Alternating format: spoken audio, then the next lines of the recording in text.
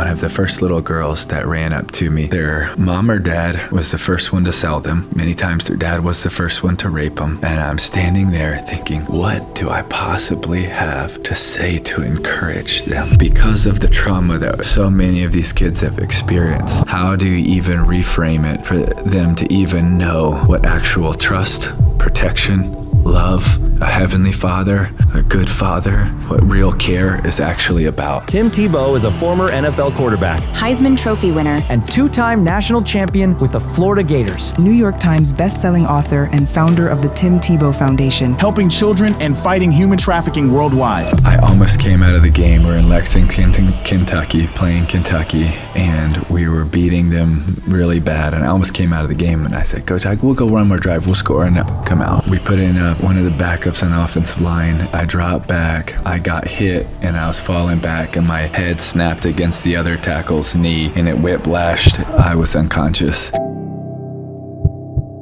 So why do you think God put you on the planet? I would say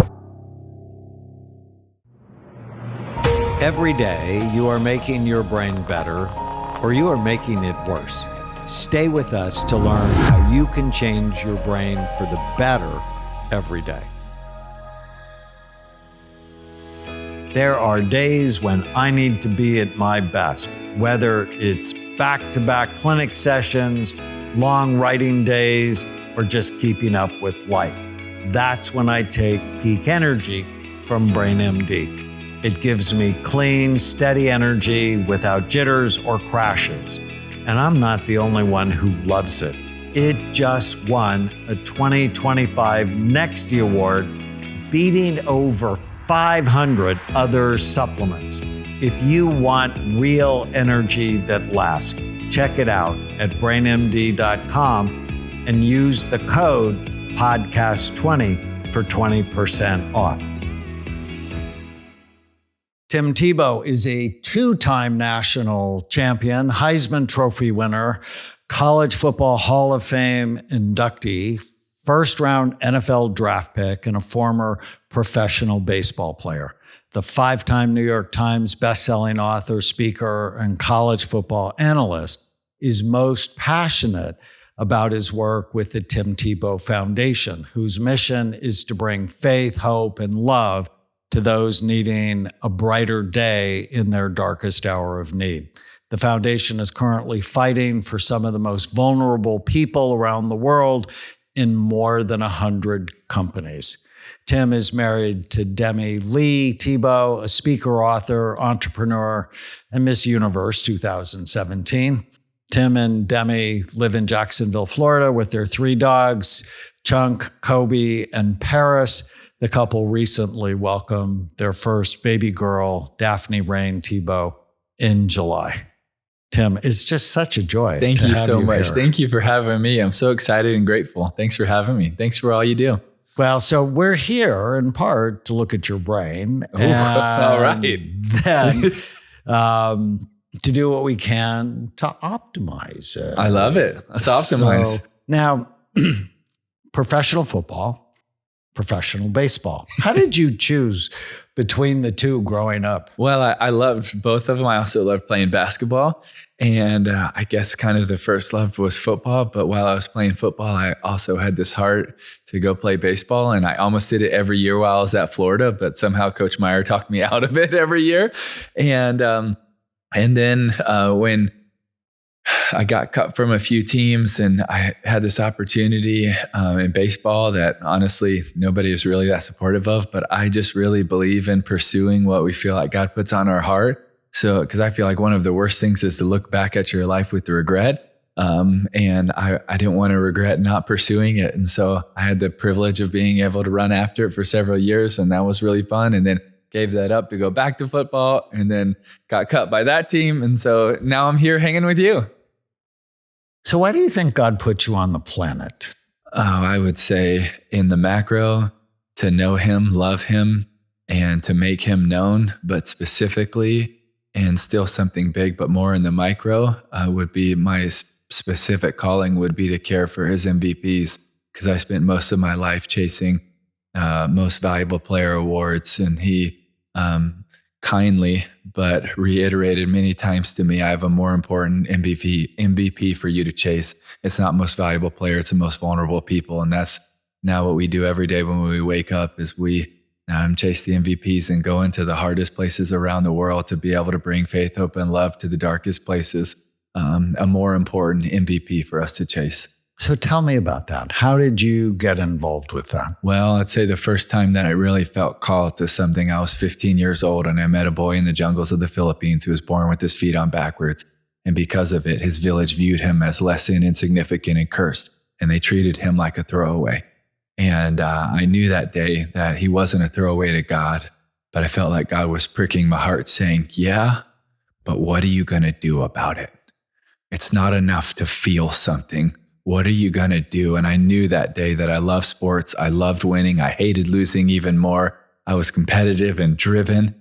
And it was when God started to really work in my heart and prick my heart for something more important to chase. And really started to give me the thought and the feeling and the idea and working in my heart and my head. Which one are you going to care about more? The game? Or that boy and all the boys and girls around the world like him? Wow. Which one's going to matter more to you?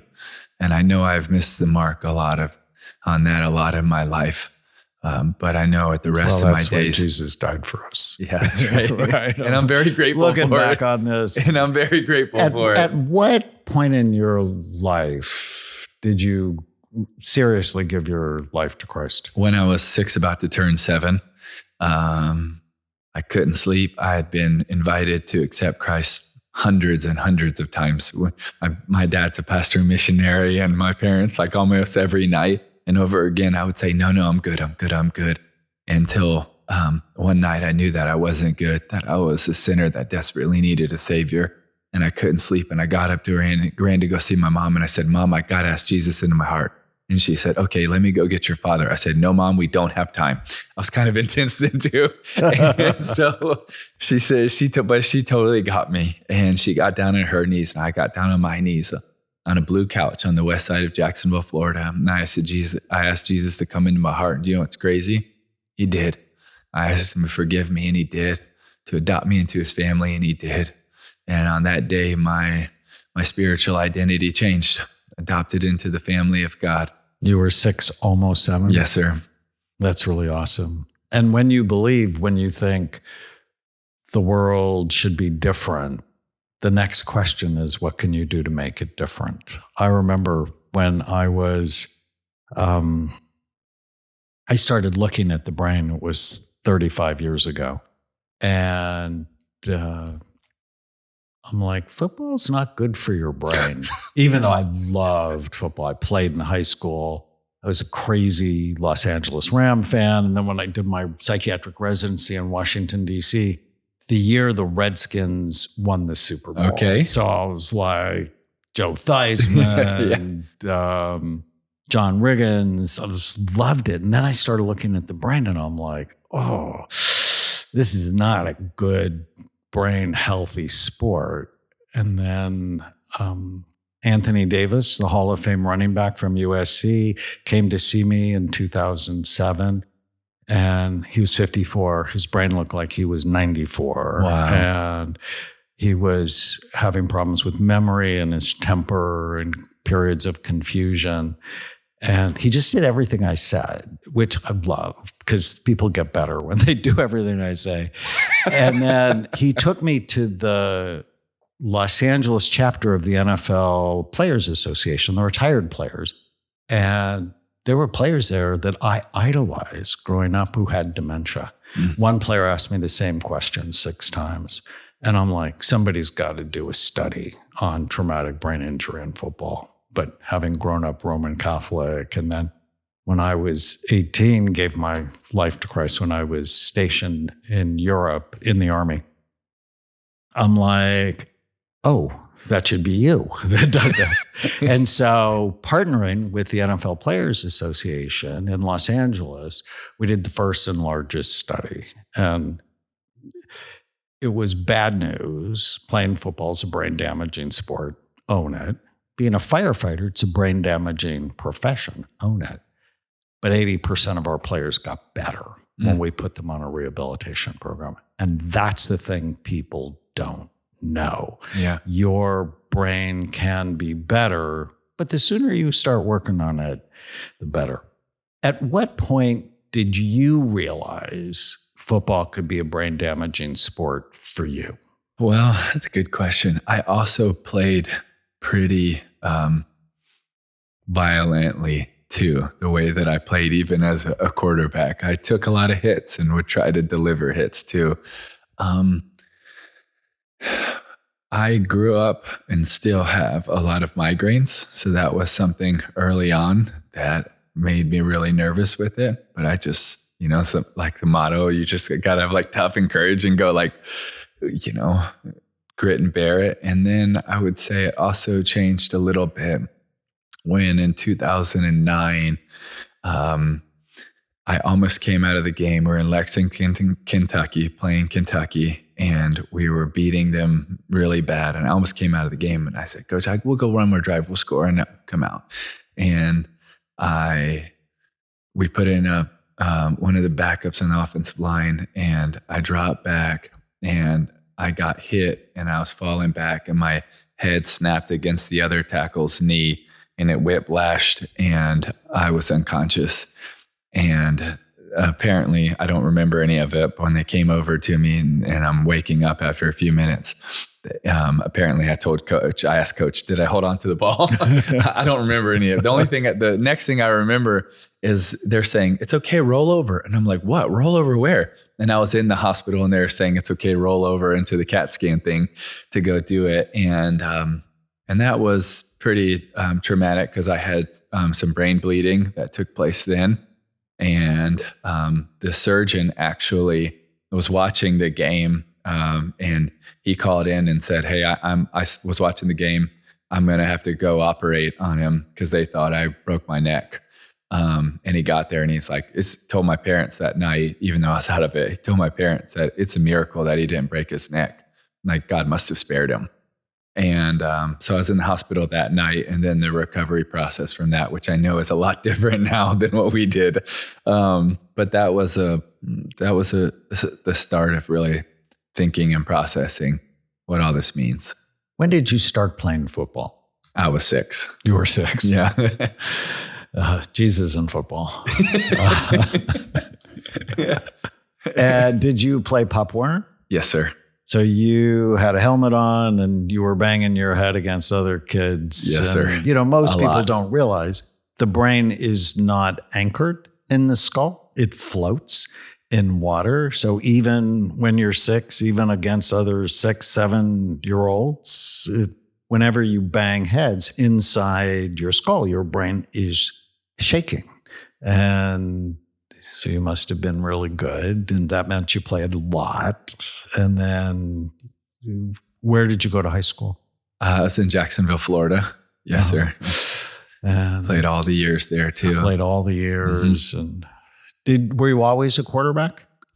Most of the time, but I also played linebacker as well. So we did a study on which positions are worst for the brain. Offensive line. Believe that. Linebacker was second. So quarterbacks and receivers and safeties, less damage. But maybe not if you were also trying to deliver blows. So someone told me, I don't know how true this is, but they told me when I graduated from the University of Florida, in the years that they've been keeping all the stats, that apparently as a skill position, I was one of the most hit players of all time. So I have that going for me. Well, but now we're gonna look, and then we're gonna make it better. Right? That's the whole goal. Sounds good. It's the one thing people don't know. There's this big lie going around CTE that it's chronic, progressive, and untreatable. But most people who have this say about CTE are neuropathologists. These are people whose patients are all dead. Well, because you have to have an autopsy in order to get that diagnosis. Well, I'm trying desperately not for my patients to die, get their brain healthy so they make better choices. To 2009 is actually the year Roger Goodell was in front of Congress telling Congress that he didn't know if playing football caused long-term brain damage. They were studying the issue. And Maxine Waters, the congresswoman from Los Angeles, smacks him and said, having you act like you're studying traumatic brain injury in football is a conflict of interest. Sort of like the tobacco companies saying they're studying lung cancer. Either way, the NFL, I think the whole world knows this potentially brain damaging sport. Let's protect their brains. And I think the rules are changing. Yeah, a lot of them have. Because you're an analyst. A lot of them have changed. They're changing, but it's still really hard for you to throw a beautiful pass for the guy to catch it and someone not to hit him really hard. And his head, like you said, your head hits someone's knee. Yeah. Head hits a head. It hits a shoulder. It hits the ground. It hits so many different things. I made some slides. Let's put the slides up. Let's see. Highly successful career in many things, writing, speaking, winning souls. You are a highly competent. Also been cut a lot too, and that's okay. But multiple concussions and a bad one in 2009 with the loss of. Do you know where the brain bleed was in your brain? I don't know. And if they told me, I would have remembered. The wild card is you have something called the apolipoprotein E4 gene, and you don't have one, you have two. What that means is you have to be serious about brain health the rest of your life. That it's not a death sentence, but we have to pay attention. Oh, thanks for the encouragement. Migraines. Have you ever heard of the Irlen syndrome? No, sir. Helen Irlen was a psychologist, a school psychologist, and she found that certain colors of light aggravate the brain, especially in kids who have ADD and in people who have concussions. And wearing colored filtered lenses, their headaches go away. Wow. It's amazing. And given your job, you're under a lot of lights. A lot. And that can trigger these headaches. And they actually make contacts with the filters or glasses with the filters. Do you know Dave Asprey? I don't know him Started personally. I know who he is. Coffee. Yeah. You always see him. He's got these yellow lenses on. Yeah, always. It's because he has Irlen syndrome. And you believe it really helps? No, I know it really helps. I like it. Yeah, no. I've probably diagnosed because I've never found anything that has consistently helped. So one of the things I'm going to recommend is getting an Irlen screen. Okay. And probably wearing the glasses. Okay. Do you wear it all the time? How often do you have the headaches? Hard to tell. I come and go. I'd say average one a week. I'd wear it anytime you're under big lights. You're going to hear me say, actually very soon, if you want to keep your brain healthy or rescue it, we have to prevent or treat the 11 major risk factors. And Bright Minds with an S is the acronym that I want you to remember. Yep. S is sleep. Okay. And so it is critical. I know it's like God's steroid for us. And I try hard, just never been good at it. I have this term called brain envy. I always say Freud was wrong. Penis envy is not the cause of anybody's problem. The only organ where size matters is your brain. And you also want to have sleep envy, which means with your brain, love it, avoid things that hurt it, do things that help it. Mm-hmm. With sleep, love it, avoid things that hurt it, got to know the list, and then do things that help it. And we'll figure out the key to your brain. But one of them is going to be if I can get your brain more active, it'll be able to help you calm down at night.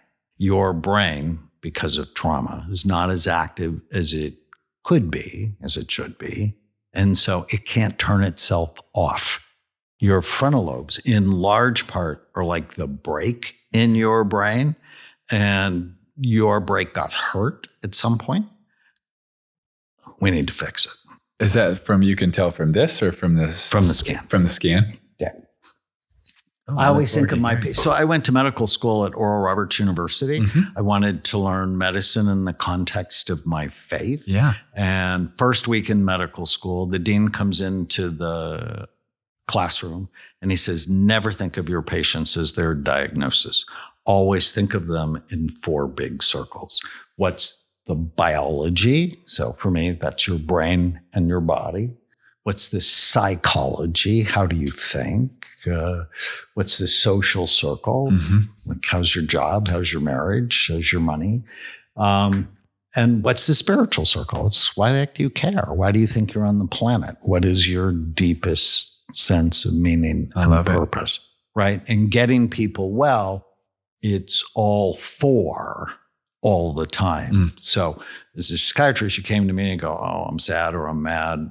It's not, oh, we'll take this or that. It's like, no. It's got to work in all 4 of these circles. Let's talk about the brain.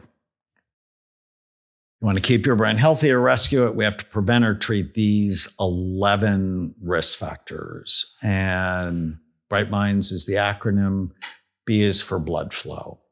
And I'm going to show you your scan. It's a blood flow scan. Okay. And we have to get it better. Okay. It's really important because it's hurt. It's, if I go. You can tell from this? Absolutely. Yeah. Especially right here, left front. Wow. And I don't know if that's where you got that guy's knee. No, it was back of my head. Hit the back. Yeah. So probably hit the back and then it slammed against the front. Yeah. Because the brain has nowhere to go. Yeah. Like if so this gets hurt, it bounces. Yeah. Yeah. So we'll talk about that. You're young. Liquid stools. Tell me about that. I've had gut issues my whole life. I was a miracle baby. The doctors told my parents that they need to have an abortion. Because why is that? They didn't even think I was a baby at first. They thought I was a tumor, just massive fetal tissue. So my first nickname from my amazing, awesome siblings was Timmy the Tumor. So that's what happens when you're in a missionary family. And then, but my parents, I'm so grateful. I trusted God and gave me a chance. And my mom was in and out of a coma during the pregnancy. She had amoeba dysentery. She had the placenta was only barely attached, and they ended up finding an amazing doctor who helped deliver thousands and thousands and thousands of babies. Told my parents it's the greatest miracle he's ever seen. He had no idea how I survived. And so I don't know if that's part of it, but my whole life I've also just had gut issues. When's the last time you had a stool test? Not long ago. And what did it show? I can't remember all of it. Okay. But we've done so I have many. a wonderful functional medicine doctor. We'll fix your gut. Because if your gut's not right, your brain's not That's right. It's your second brain. Gut has 100 trillion bugs in it that make neurotransmitters that help you sleep. We've done the liver cleanses. We've done the parasite stuff. We've tried to do a lot of that. Did you have parasites? No, but we've done the cleanses for them. Well, I'm sure we all have different ones, but try to get rid of as much of that trash as we can. Okay. So that's really important for your brain, as you know. When's the last time you had blood work? Several months ago, but probably February, maybe. Can I get you to send it to me? Yeah. Because then of course. There's other stuff I'll order. Okay. When was your dad diagnosed with Parkinson's? Probably around 2014 or 15, but they said he probably had it 5 years prior to that. Well, it takes a long time to develop dopamine neurons in an area of the brain called the substantia nigra. They start to die. And then symptoms get progressively worse. Has anybody checked you for environmental toxins? Not that I know of. Yeah. It's one of the things I'll do. Okay. Because we're going to do everything we can to keep your brain as healthy as possible. And there can be some genetic connection, but you also lived in the same places where you may have picked up the same and we travel all over the world for ministry. Do you play a lot of golf? I try. I play some. I don't play as much as I would like. It's probably a good thing because people who actually live near golf courses have a higher incidence of Parkinson's. Well, because we do live by a golf course. You live by We it, do. of course. Yeah, just don't play it enough. Do you take saunas? We have an infrared sauna. Do you go in it? Yes, sir. Good. The more, the better. To just, we'll look at your toxin load. That's the next thing. You don't drink. You don't smoke. No, sir. You've not done drugs. Only meth. I'm just kidding. Allergies to shellfish. What about red dye? How do you know you're allergic to red dye? Because when we were growing up and we'd go to a restaurant or something as a family, like Olive Garden, and my dad would like cherry Coke, and he would allow us when we go to Olive Garden have cherry Coke. And every time that we went, I'd get a migraine. And then every time after a game that I would get to drink a red Gatorade or Powerade, I would get a migraine. And so just all of a sudden, by process of elimination, I was like, I can't have whatever is somewhere in any of this red stuff. I can't have it because it's just the process of elimination. I know when I'm having red things, it sets it off and it's awful. That is so and interesting. it's so fast. Because I've written about this for years, that red Doritos, dye, doesn't matter. It's like this. Yeah. I have before and after scans of, I had this one patient who was, whenever he'd get red dye, he'd have a terrible temper problem. And so we scanned him. He hadn't had any. Then we gave him red vines, and his brain just went, really? And you could see the inflammation. It's that bad for brain. Yeah, it's not good for you. Now, not everybody is that, sensitive to it. But I am. You clearly are. Yeah. And many people are. So I'm really glad they're working to get it out of our food system. Me too. We'll check your hormones. Your weight is good. How's your blood sugar? Do you know? I can't remember. Okay. But I think it's always been fine. And then sleep. We talked about. Hard to shut your brain off. We tested your brain today. And that's cool. It showed up with some anxiety and a lot of stress. What's the stress about? Probably this would be a lot of things. One, it's what we're called to do every day. I'm sorry? I said one is what we're called to do every day. If I showed you some of the areas we serve, probably 2 hours ago, I got a video of 10 Christians that were just massacred in the street. We serve a lot of places where it's a lot of evil that we fight, so we deal with that a lot. My wife's dad died on Thursday, so that's been heavy for us. Thank you. Just, trying to fight evil and get to one more boy or girl hurting person we can. So yeah, we deal with a lot. You're really good at recognizing faces, and you recognize positive faces way faster than negative faces. People who grow up in trauma, like I have this pattern. My wife has the other pattern because she grew up with a lot of stress. And I tried to train her brain to go and she's like, I don't want to. Like, I want to see the bad people. If you get your feelings hurt, you can sort of let it go fast. That's a really good choice.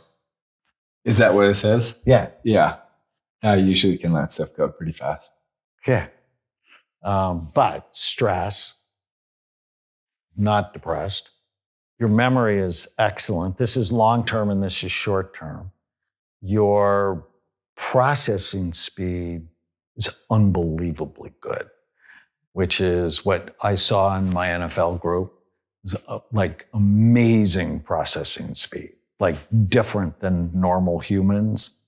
But focus and planning and flexibility could be better.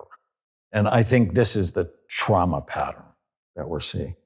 You're a positive person and social. Some resilience is down. Not sure why. So I do a study called SPECT, and SPECT looks at blood flow and activity. It looks at how your brain works. And basically shows us three things: good activity, too little, or too much. Okay. Too much is not the problem. for you. This is looking at the outside surface. This is healthy. Of my brain? This is what we're going to compare your brain to. So full, even, and symmetrical. Here's the front. Here's the back. This is one side, then the other. So we're looking like up from the bottom. Okay. Here we're looking down from the top. And the color doesn't matter, it's just the shape. Full, even, symmetrical. When we look at your brain got hurt. So you see the hole right here? You don't have holes in your brain. What it means right here, really low in activity, really low in blood flow. We have to fix this. And I can tell it's trauma because if you had like ADD, for example, it would be low on both sides. Okay. But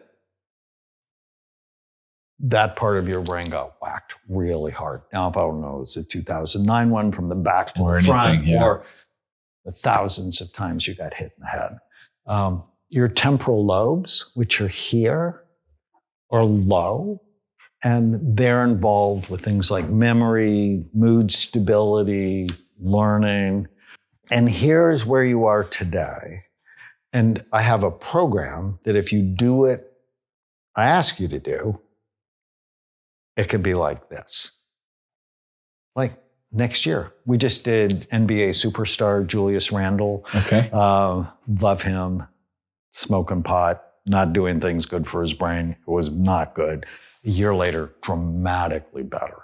And he had the best playoffs of his career this last NBA season. I just talked to him today. Nice. So happy for him. But this is the goal. Okay, here we are today. It's like, oh no, we can get it this much better. Do you see anything else on the others at the bottom too? On the other one? So this is probably the not sleeping well can impact it. What we see with Alzheimer's disease is bilateral decreased activity here. So right here. And then decreased activity here and here. And I can tell maybe 20 years before you get it, whether or not you're headed that way. What this tells me is we have to head it off, right? And if you have 2 E4s, it just means every day you just have to be serious. And it really, I'm working with the White House on a national brain health revolution. And it's all centered around one question. It's the one question I want you to ask yourself every day for the rest of your life. Is what you're doing now good for your brain or bad for it? And does it honor your creator? Mm-hmm. Good for your brain or bad for it? So when someone goes, oh, here, have this, you deserve it. It's like, no, I don't deserve Alzheimer's disease. Don't. No. It's making decisions out of love and information. Yeah. On does it serve you or does it hurt you? Here's the active one. And it's sort of sleepy overall. I know as we do follow-up scans, if you go, oh, yes, I'd like Dr. Raymond, let's do this. And we may end up doing 4 or 5 follow-up scans over the next 10 years. We're going to get this more active. What if the key to overcoming your pain isn't just in your body, but in your brain? My new book, Change Your Brain, Change Your Pain, offers strategies I've used with thousands of patients to break free from physical and emotional pain and reclaim focus, energy, and peace. Healing is possible, and it starts with your brain. Pre-order my new book now and receive special bonus gifts at changeyourbrain.changeyourpainbook.com. So what do I think? I think you are amazing. Dyslexia. Yeah. Well, I read that in I'm dyslexic. Yeah. Yeah. How did that show up in school for you? It made certain things really, really difficult. I don't think I got diagnosed till I was about 7th grade, I believe. And then it just made a whole lot of sense.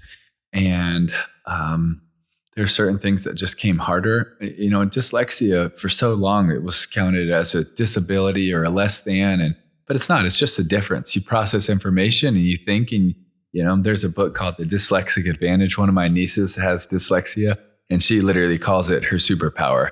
Yeah. And because God just made us think a little bit different.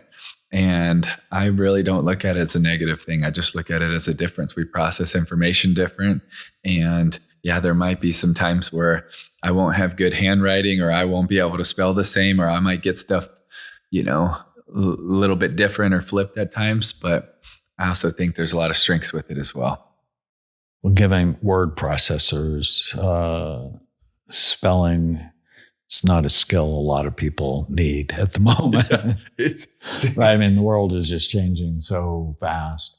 Dyslexia would be, if I would have seen you as a child, it's probably having to do with this decreased activity in the receptive language part of the brain, which is your left temporal lobe, which is low. And you started playing football when you were 6. Yes. You started having migraines when you were 6. Oh, yeah. You know, we don't know that even mild traumatic brain injury. My first week playing football, I had one every single day. You had a migraine every single day. Mm-hmm. Yeah. You just wonder if they're connected. I'm so excited to make this better. Me too. That's what I get excited about. It's like, we can make this better. And if we do, there's less stress on you, but there's also less stress on your wife. There's less stress on your baby. And you're able to have more purpose and bring more souls to the kingdom. Right? So if you think about, with a better brain, you're able to do your purpose in a better way. Absolutely. And that's what you want. The stewardship. Right? Stewardship. Yeah. I was just talking. Do you know Paula White? Only a little bit. Yeah. She and I are buddies, and she did my show. Okay. And she's the one leading our initiative in the White House. Okay. And we were talking yesterday about stewardship and the parable of the talents. And the one who buried the talents, the master was mad. Oh, yeah. Like, not happy about it. Not at all. And so God wants us to multiply our talents. And a lot of people just think about stewardship as a financial thing, but I believe it's everything that we have been allowed to borrow our whole lives, our talents, our resources, our ability, our brain, every bit of it. And finances are a part of that. Just comes from the Greek word oikonomia, which the picture that's given in scripture is that it's somebody else's house, the owner's home, that we have been put in charge of managing. So when the owner shows back up, is everything in place?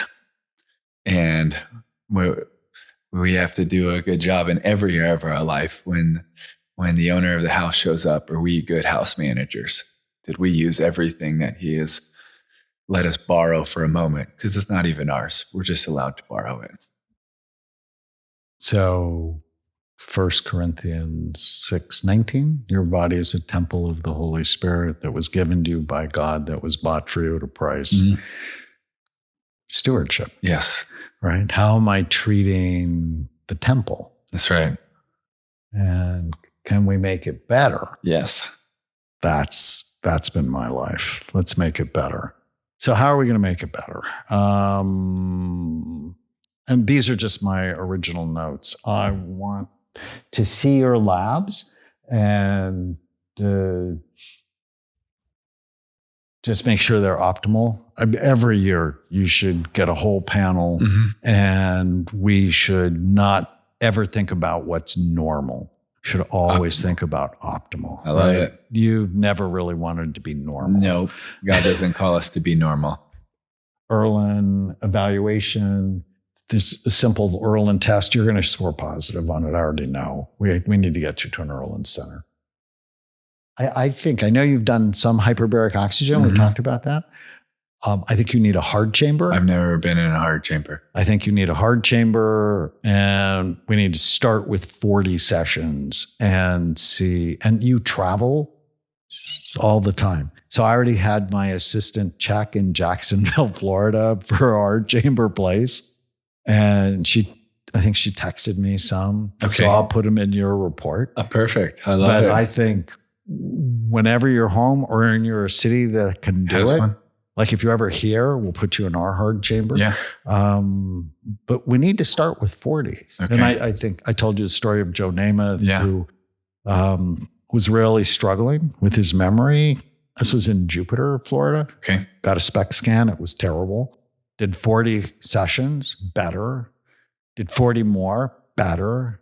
Did 40 more, 120. His brain was healthy. How long do you stay in at a time? Like hour and 15 minutes. Okay. 1.5 atmospheres. The soft chambers can go to 1.3. And if that's all you have access to, great. But it's not enough for you. I mean, we're trying to rehabilitate your brain. And your scan today is good news because you have what you have. Mm-hmm. Now we know, and now we can go after it, right? So many NFL players, they're like, oh, I don't want to know. It's like, no, I don't want to know. And I think that's the dumbest thing because if you knew a train was going to hit you, Yeah, you get out of the way. you get out of the way. So vitamin B2, 400 milligrams, at least try that for your headaches. I've had good luck with it. You're taking supplements you showed me. Mm-hmm. I'll give you some other options. Are you taking creatine? Yes, sir. 5 grams a day? 5 to 10. Yeah. Good. Creatine I've probably helps. only been doing that for a year. I never did it when I played because you hear all the people before used to say, it'll make you cramp or tear a muscle or pull something. So I wish I was Well, they doing that now the show whole it time. helps your memory. I know. It helps your mood. And if you're sleep deprived, it helps your energy the next day. Yeah, there's some really great studies. Tell me about your diet. I've always been really strict and I've changed what I believe in throughout the years, but I've always been very strict in trying to, I haven't had like a soda since I was 15 years old. Years ago, I started on a modified keto diet. Probably did that for almost 13, 14 years. Now I'm very similar to that, but still have increased a little carbs here and there. I'm still very limited sugar, pretty high fat, pretty high protein, but good fat, and pretty high protein and very low sugar and carbs primarily. And how many vegetables? Not a ton. On purpose, though. I used to eat a lot, but sometimes the vegetables, especially broccoli and certain ones like that, irritate my gut. Okay. So it's sort of paleo, keto. Yeah, a mixture of the two. Okay. You know, if they manage your blood sugar, they're the best for managing your blood sugar. High blood sugar goes with Alzheimer's disease. I try. Yeah. And for many, many years, if you test me, even if I had a few carbs, I would still be in a ketogenic state because just have been in it for so long. And what's your feeling of ketones and exogenous ketones, all of that? So I have a granddaughter that has a seizure disorder. It's pretty wicked. And ketogenic diet dramatically reduced her seizures. So for a long time, I've been a huge fan. I worry that you don't get enough of the antioxidants from plants. Okay. And so either then you have to supplement or sneak them in somehow. We make something called Neurogreens that is loaded with antioxidants. Cool. That could be helpful. Well,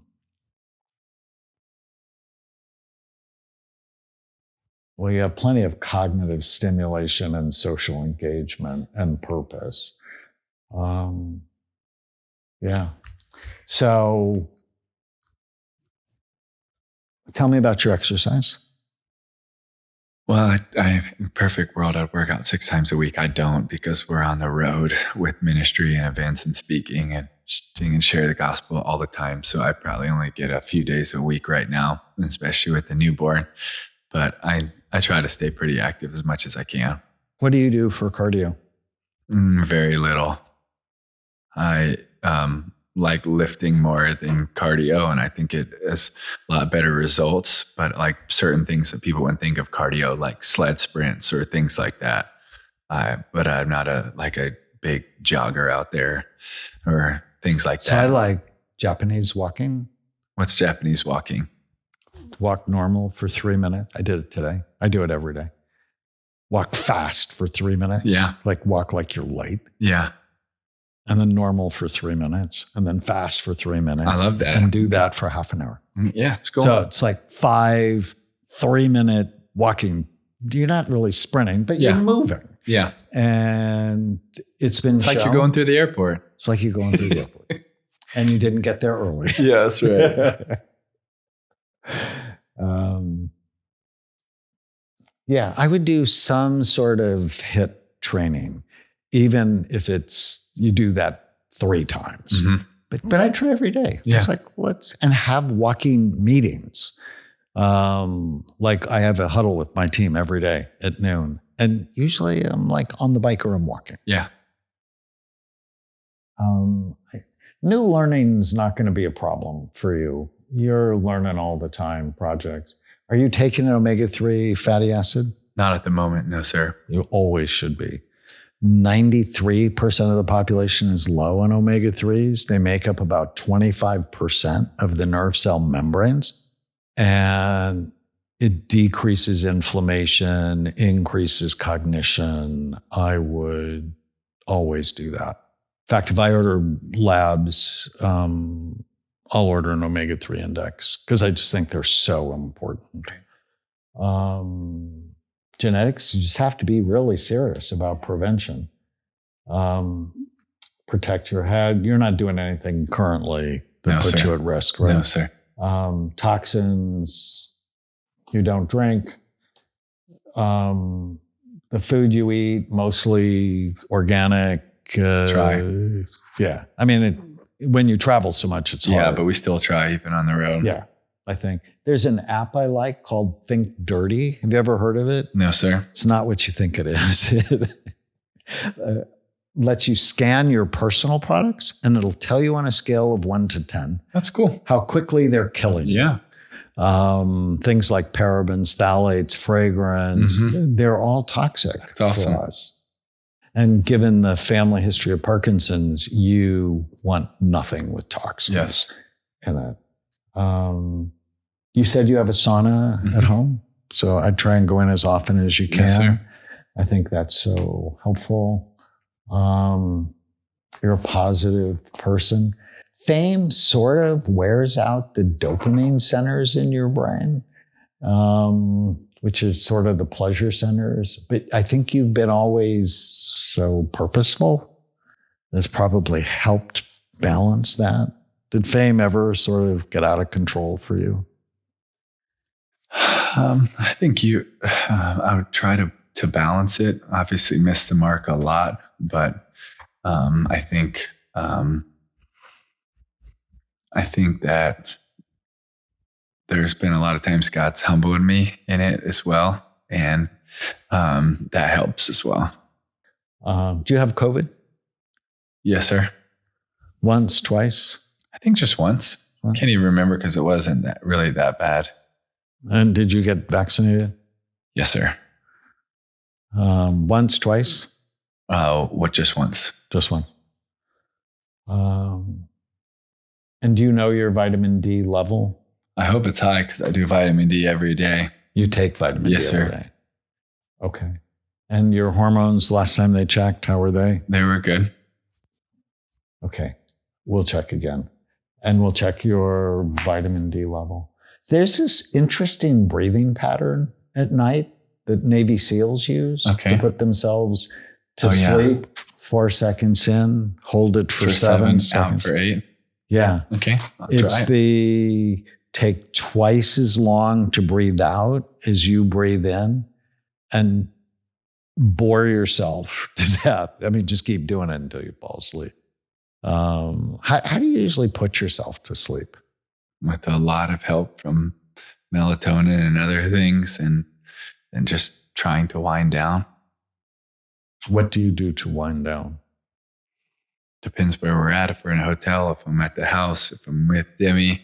But also a lot of thinking and processing whatever we've done or whatever event I just finished or whatever I'm about to do the next day. And then that'll get in my head. So I'll try to avoid that as well. Because sometimes I can get thinking on something. And so you probably do really well with routine because I do not live in a routine. What? I do not live in a world where routine is very easy. It's harder? Well, I do like routines, but like we'll leave here tonight and fly to Nashville, and I'll have events tomorrow, and then I'll fly from Nashville to Grand Rapids to Norman, Oklahoma to Virginia to Florida. That'll be 2.5 days. But I think we should try to build a routine around sleep. Mm-hmm. Whenever you go to bed. And what I really like is the breathing with what went well today. It's like you can worry about tomorrow, right? Not allowed. Yeah. You have to make rules. And start with slowing your breathing down and then go say a prayer and then go what went well today. And start at the beginning of your day and go hour by hour looking for the smallest thing you liked about the day, whether it's a smile or a handshake or a butterfly or a hummingbird or whatever. That one exercise will decrease your stress. It's so powerful. They did this great study at the University of Pennsylvania, increase people's happiness in 3 weeks. Wow. I've been doing it for 15 years. That's awesome. And the night my dad died, I'm like, you can't do this tonight. And I did, and I went right to sleep. Because it's a habit, right? It's just a habit you build, what went well. And with Daphne, when she's old enough to talk, put her to bed with what went well today. I love it. It's a great habit to do. Your brain to look for what's right. And then you filter everything through Philippians 4:8, think on whatever is true, right, That's lovely, right. Noble, worthy of praise, let your mind. And it's like, well, does that fit? Yeah. And it's like, but you have this problem. It's like, no, tomorrow. And Paul is telling us from prison. Paul is such an interesting character. He's such an interesting character. I wonder if he had a head injury from being blinded off the horse. You would think about that. I think it's the only time I've ever heard that about Paul. I love it. And then I have this app, BrainFit Life, that we give our patients for free. And there's special music to sleep. There's the hypnosis audio. I'd love for you to try it. I'm going to try it. And all you do is just let it guide you. Okay. And I'm going to see try what you think. When I was at ORU, I took a whole month elective in hypnosis. Wow. And there was all this sort of controversy in the Christian community. It's like you're opening your mind to the devil. And the devil has not shown up once for me. And well, in many ways he has, but during a hypnotic trance, the devil has not shown up. And it's so powerful to just train your mind to get to a peaceful place and to sort of calm down the chatter. Mm-hmm. Does your mind bother you that much during the day? What do you mean? Like criticize you or pick on you or make you sad or? No. Good. No, I wouldn't say that my like my brain energy would be more focused on what we have to do and what we're called to do.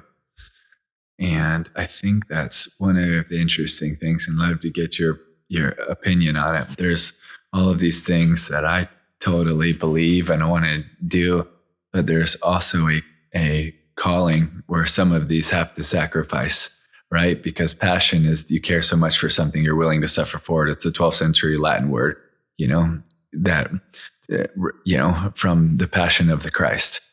And there's something that always has to give. And so the balance, and I don't even like the word balance. I don't want to live a balanced life. I want to live an extreme life for things of eternity. So you're always going to have to suffer an area, sacrifice an area, give up something in an area, right? And especially, what we do of just trying to do everything we can to get to one more boy or girl, one more hurting person, right? So that keeps us, it keeps me and a lot of our team up, strategizing, praying, focus, thinking, getting to one more, serving one more. How can we push back evil? How can we decimate the evil we're fighting against every single day? And ultimately, we know God's in charge, but he has also called and commanded us to run after as many as we can. And so I think that's a big balance, not a balance, a big challenge. The tension is taking care of them and taking care of yourself and not burning out, because you're running a race and you want to win the race. You do. But you want to finish the race yes. for a long time. You do. Right? So I don't know about balance. I do an exercise with my patients I love called the 1-page miracle. Okay. And on one piece of paper, write down what you want. Your relationships, your work, your money, your physical, emotional, spiritual goals. What do you want?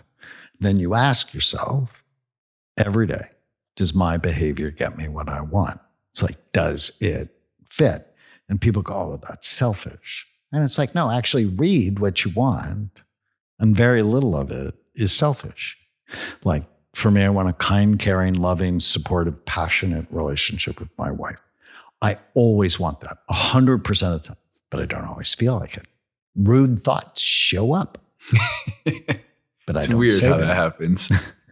But I don't say them most of the time. Because it doesn't fit.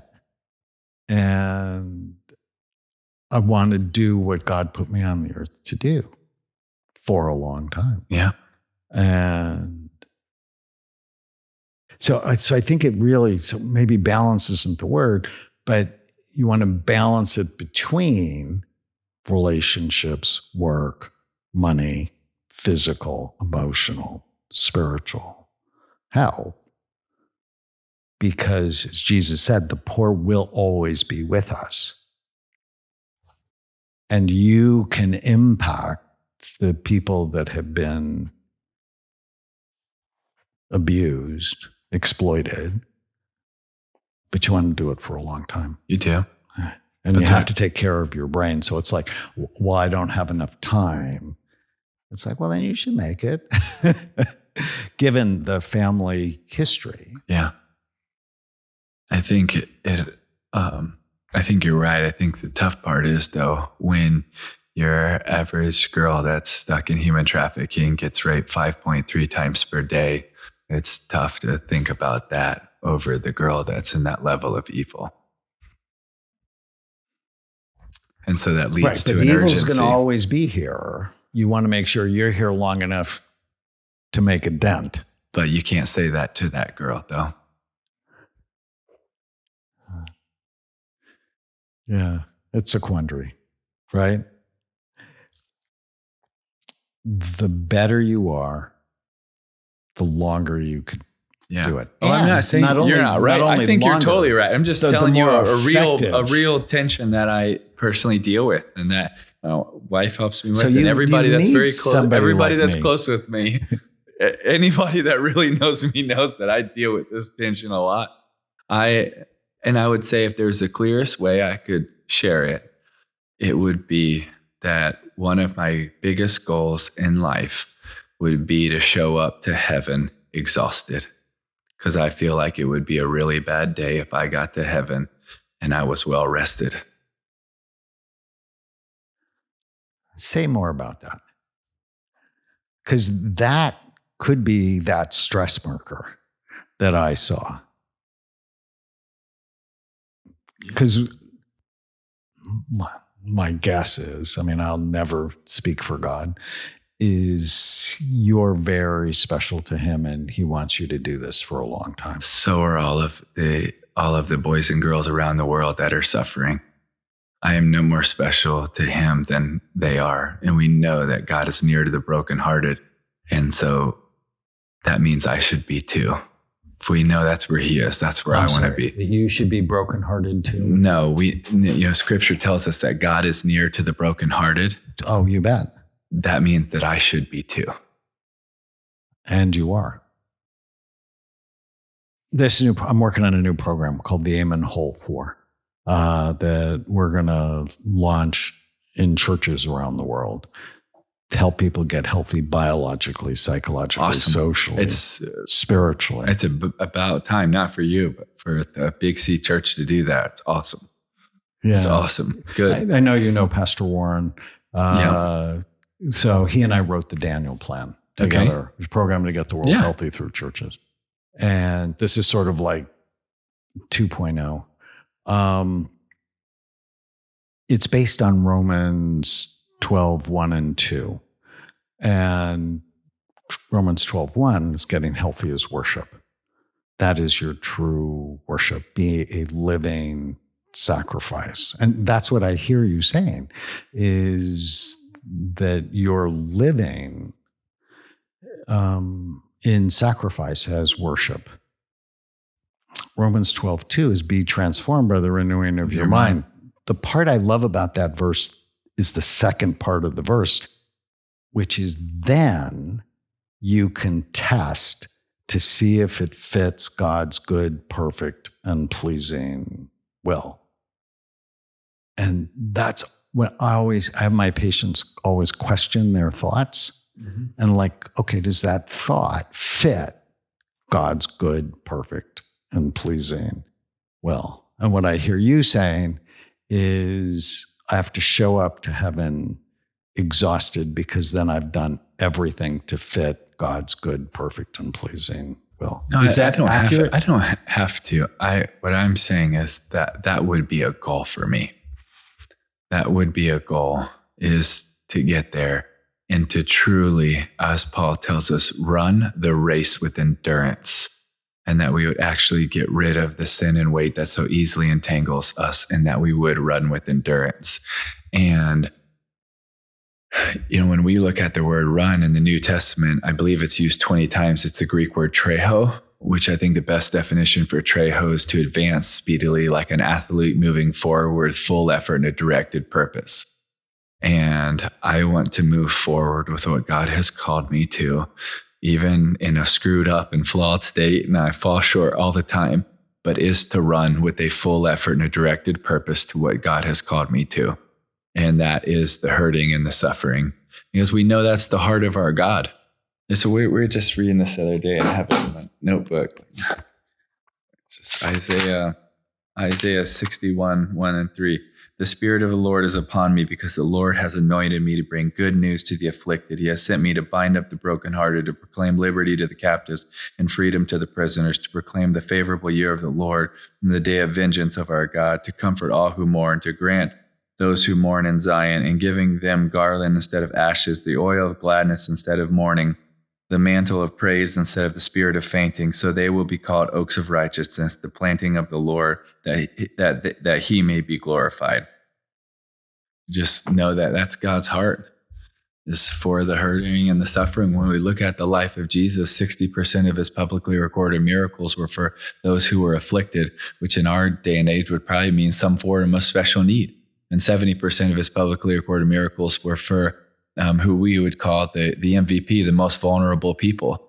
And we also know that Matthew 25, Jesus tells us, whatever you've done unto the least of these, you have done unto me. It's one of my favorite parts of scripture because Jesus uses himself as the example. It's not something or someone else. Whatever you've done unto the least of these brothers and sisters of mine, you have done unto me.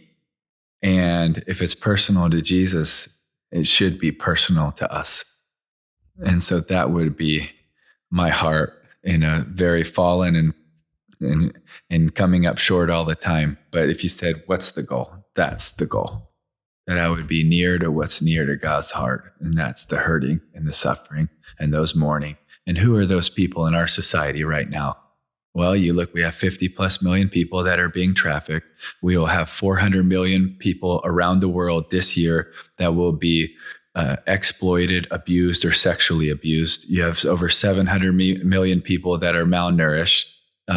You have the third leading cause of death of young adults to be suicide. You have so many people that are starving for hope. Tell me about the foundation. Well, our heart is to go to the toughest places around the world and care for the most vulnerable. So those that are being exploited, trafficked, abandoned, abused, sacrificed, that's what we believe God has called us to. And it's what we wake up every day doing. So whether that's in medical care with our hospitals and our partners there, it's in survivor care with our team and partners there, whether that's in those with special needs and disabilities and our partners all around the world, and that, whether it's orphan care, profound medical needs, whether it's the fight in DC and lobbying and changing the rules and around the country and around the world, whether it's the working with law enforcement and rescue operations around the world with Europol or Interpol or HSI or all the amazing organizations we get to serve and work with. That's the heart of what we wake up for every day. And how can people learn about the foundation or support it? They can go to just timtebowfoundation.org and check it out. But I wouldn't encourage people that necessarily have to come be involved with us. I would just encourage them to be involved with someone that's fighting on the front lines. So one question would be, one of the things we're doing with our new program is a pastor recovery portion, because what most people don't realize is pastors are first responders. Mm-hmm. That if a family is in crisis, they often don't call a psychiatrist. They call their pastor. If they have a child that's a drug addict or a child been sexually molested, they call the pastor. And pastors end up with compassion, fatigue. And one of the questions for you is seeing pictures like that or seeing stories, because I've heard you on other podcasts and it just blows me away. How beautifully and horribly you describe it. Is how do you manage your own mind in the process not to be overwhelmed by the evil? That's a good question. I think God gives a lot of grace. And I just know that his grace is new every day, and it's the joy of the Lord is our strength. And we get to have this hope that is an anchor for our soul, that is firm and secure, that we hold on to that. But I would say one of the things that is so encouraging is that I know that as much as we love every one of these boys and girls and people we get to serve, God loves them so much more than we ever could. And when you get to see darkness and light meet, and you get to see the hope of the gospel, the hope of people showing up that really care, it changes everything. It's so contagious, Dr. Amen, that you want to be around it more, and you want to be in it, and you want to be with it over and over again. I was, years ago, I landed in a country where we had been able to bring some kids out of a tough area. And this was one of my first experiences with this. And it's country, faith isn't allowed. It's very tough to do a lot of stuff. And one of the first little girls that ran up to me, she didn't make enough money one day for her mom, and her mom, in a place of desperation, took her and boiled out her eye. And so I meet her, and she runs up and grabs me, and then the next girl and all these kids. And I'm so one story after the other. And everyone was in this moment was this similar stories. Their mom or dad was the first one to sell them. Many times their dad was the first one to rape them. And I'm standing there thinking, what do I possibly have to say to encourage them? When, how do I even reframe this? What love looks like? What a Heavenly Father looks like? How do I bring up a Heavenly Father when their idea of a father is their idea of their first rape? When I bring up love when their idea of love was the first person to sell me or buy me? How do I even start to frame that? It's been something I've been processing and praying about for a long time. Because of the trauma that so many of these kids have experienced, how do you even reframe it for them to even know what actual trust, protection, love, a Heavenly Father, a good Father, what real care is actually about? And how do you answer that? Carefully and with time of trying to show up again and again and again with our teams and partners, that we just show up. We show up and we don't want anything. We just want something for them. And that is that they would know how loved they are and how truly cared for they are. And our experience and our team and the psychologists and our counselors, they should talk to you about it. They deal with trauma-informed care, and I don't. I let them do their jobs, and I just try to do mine, because that is not mine and I'm not skilled for it. But we show up constantly, and everyone's healing journey is very, very different, and it's on a different schedule, and it's on a different pathway. And we want people to know that we will walk with him as long as it takes. It's always family, and we're not going away.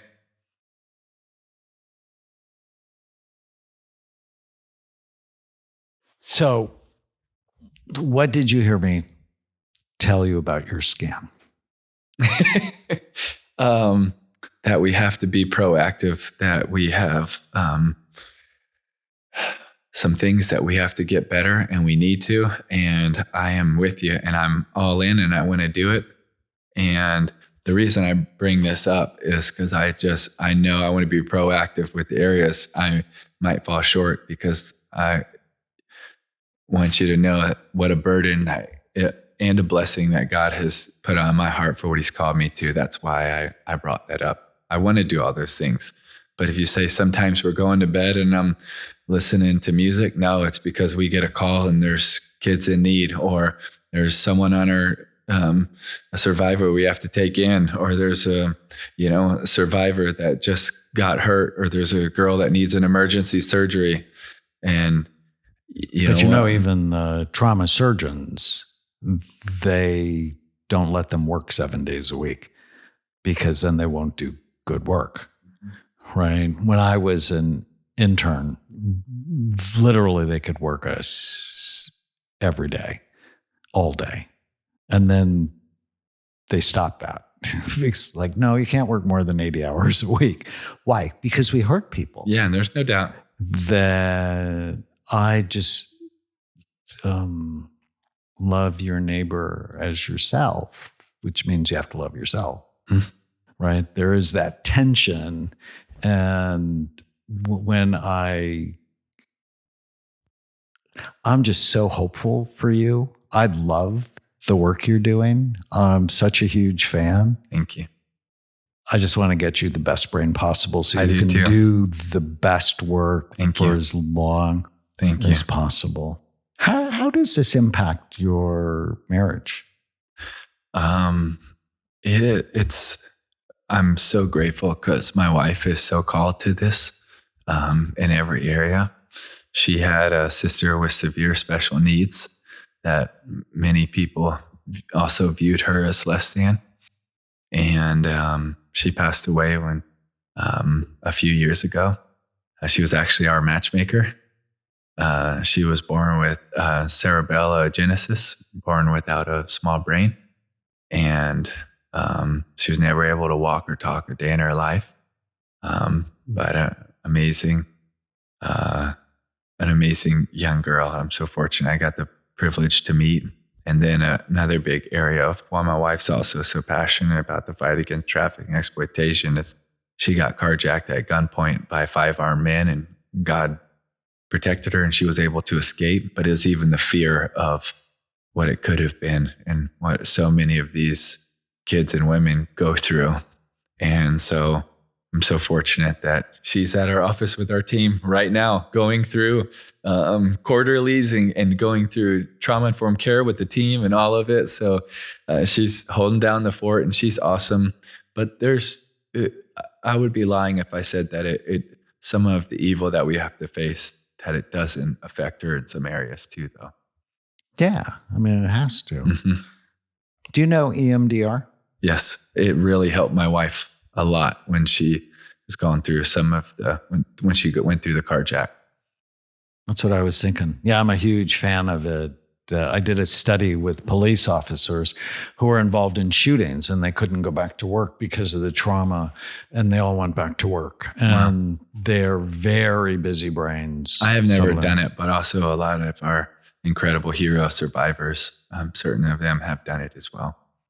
Yeah, I think one of the initiatives I'm working on with this national brain health revolution is creating a national trauma force. Mm-hmm. People who are trained in communities. So if there's a hurricane or there's a fire or there's a flood, after the LA fires, we have a foundation. It's called the Change Your Brain Foundation.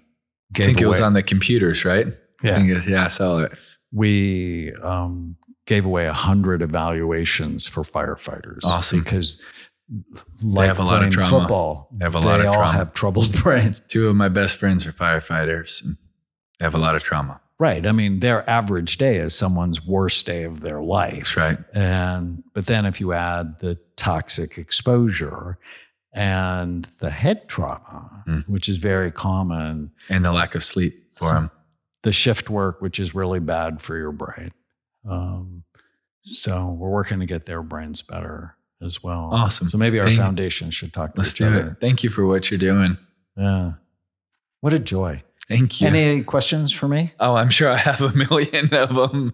I just love learning, and I'm grateful for you having me and helping me. Appreciate it so much. Tell me about your new book.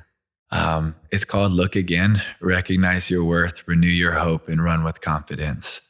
A lot of it has really been impacted and inspired by a lot of the work that we have been blessed to do. But a big piece of it was about 4 years ago.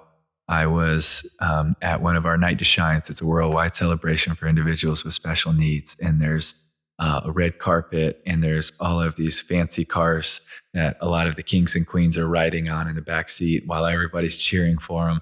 And this young girl is riding in a red Corvette in a red dress with blonde hair. And she's driving by real slowly and the crowd's cheering for her, going crazy.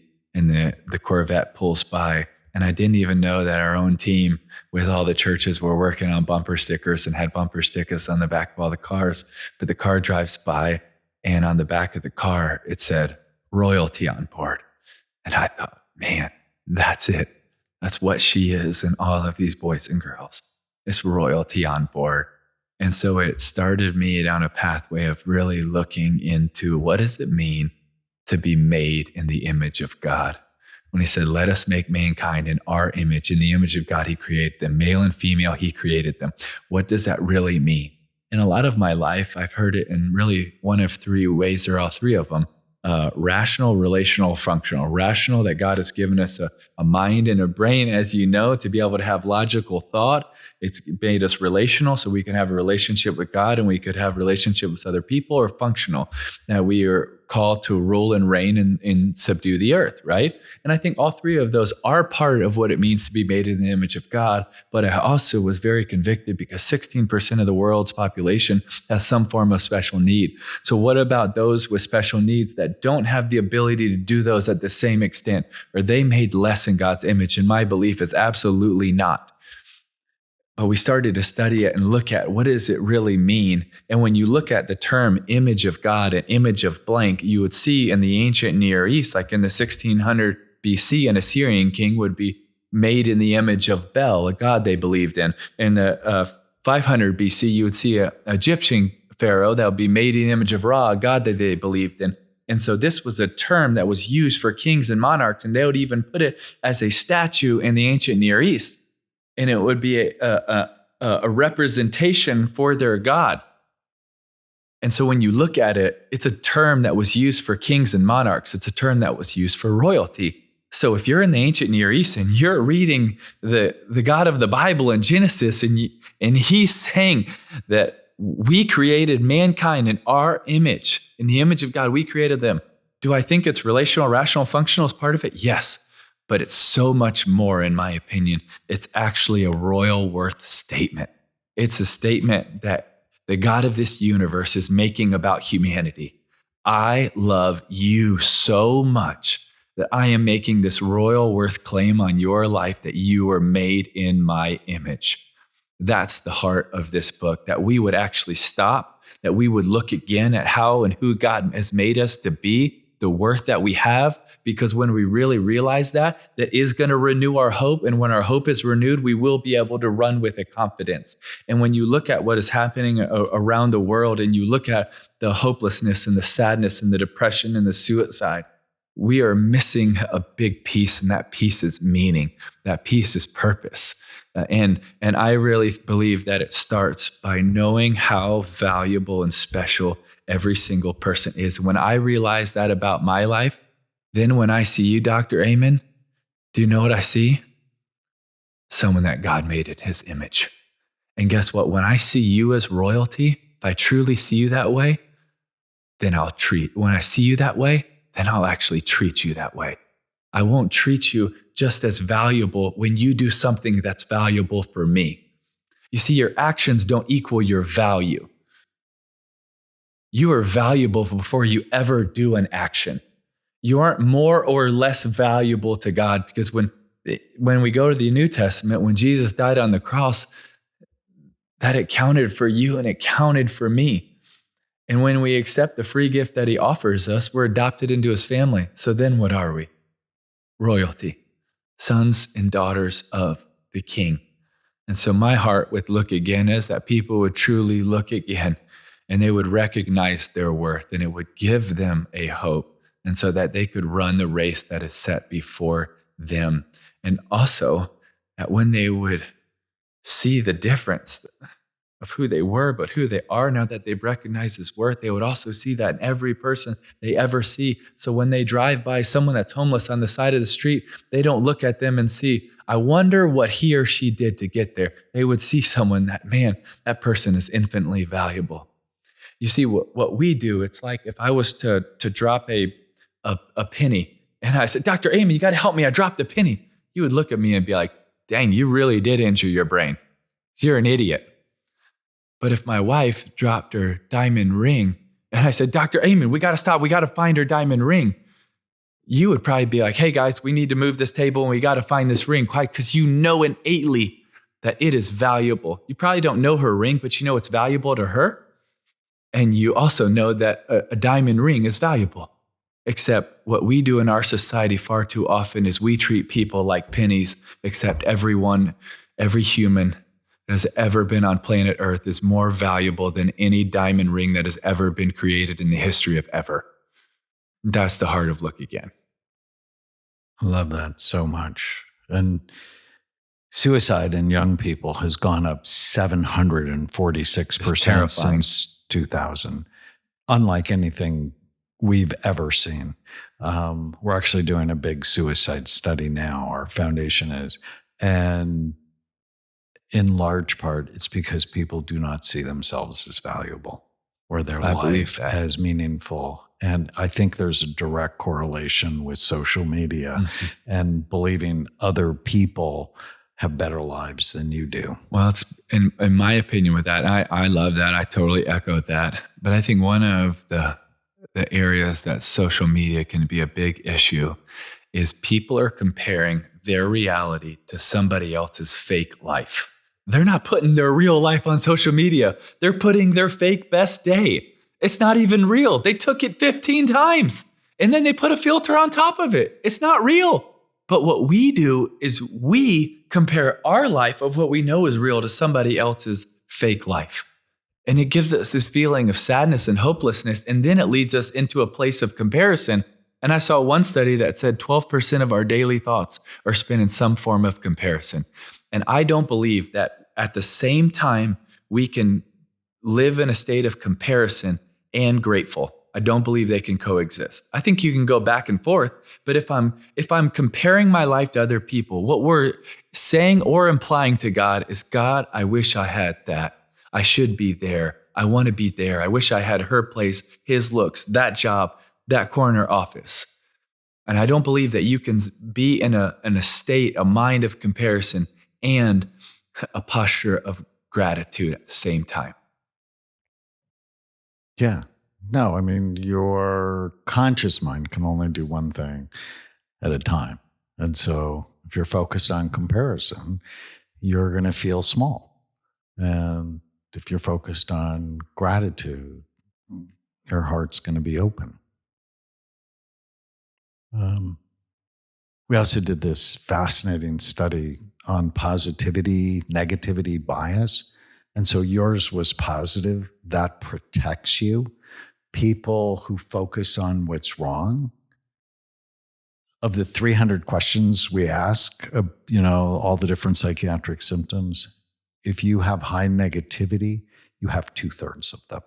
It's shocking that learning to look for what's right is also really helpful. But that's a risk for you as you see the evil and go to war against it. You have to likewise protect your mind and your brain in order to fight that. Right? There's no doubt. Because I would worry about compassion fatigue, even among people who are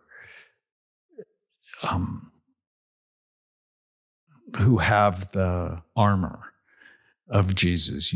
I was thinking about Elijah and the broom tree, that he got depressed and said, all right, I'm done. Yeah. I'm done. He just did this great miracle with God. And then he's like, no, I'm done. Wow, what a joy. I'm blown away. Thank you. And I would love for you to think about me as someone on your team. Thank you so much. And if I can help your brain be better, I would love it very much so. Then you will be better for what you're doing. Thank for you. God. And try to be better for more people that need us. So thank you. And thank you for what you're doing. For Daphne. I'm so grateful. That's for right. Daphne Rain. There's no doubt. Right? That's because the most important thing you can do for her, besides love her mother, yes, is, and I do love her mom very, very much, is be present for her for a long time. And, we really didn't talk much about if she has one of the 4 genes, and she does, it's how do I teach her how to love and care for her brain? So that, because I believe Alzheimer's prevention starts as soon as you know about it. Wow. And if you know early, it doesn't mean you don't have to live scared. You just live. It's just thoughtful. It just becomes a thing. Yeah. That I'm going to love my brain. So I had Dennis Rodman in here, and his brain was not great. And we talked about things to avoid, and he's like, well, how can you have any fun? And we have a high school course that's in all 50 states, and we teach teenagers how to love and care for their brains. And week 4 is what to avoid to have a healthy brain. And invariably, it's a boy. It's never a girl. Boy raises his hand and goes, how can you have any fun? Just like Dennis did. And so we play a game with them. Who has more fun? The kid with the good brain or the kid with the bad brain? And we go through, and it's always the kid with the good brain. Yeah. Are you a doctor or mental health professional who's tired of one-size-fits-all care? Are you passionate about helping people heal the root causes of their issues, but frustrated by the limitations of standard care? What if you didn't have to guess what's going on with your patients because you could see it? At Amen Clinics, we do psychiatry differently. We use brain imaging to improve diagnoses and guide personalized treatment because mental health is really brain health. If you're ready to be a leader in the future of mental health care, we're looking for you. When you join Amen Clinics, you don't just make a difference, you own it. With our employee stock option plan, you become an owner in the mission, a stake in every life we change. This is your invitation to be a healer, a brain health warrior, a pioneer. Join us. Let's end mental illness by creating a revolution in brain health together. You have been listening to Change Your Brain every day. Thank you so much. I'm here with Tim Tebow and Tim Tebow Foundation. You can learn more about the wonderful work he's doing. When's the book out? November 4th. November 4th. Yeah. Look again. Available anywhere great books are sold. Leave us a comment, question, or review. Thank you so much for listening.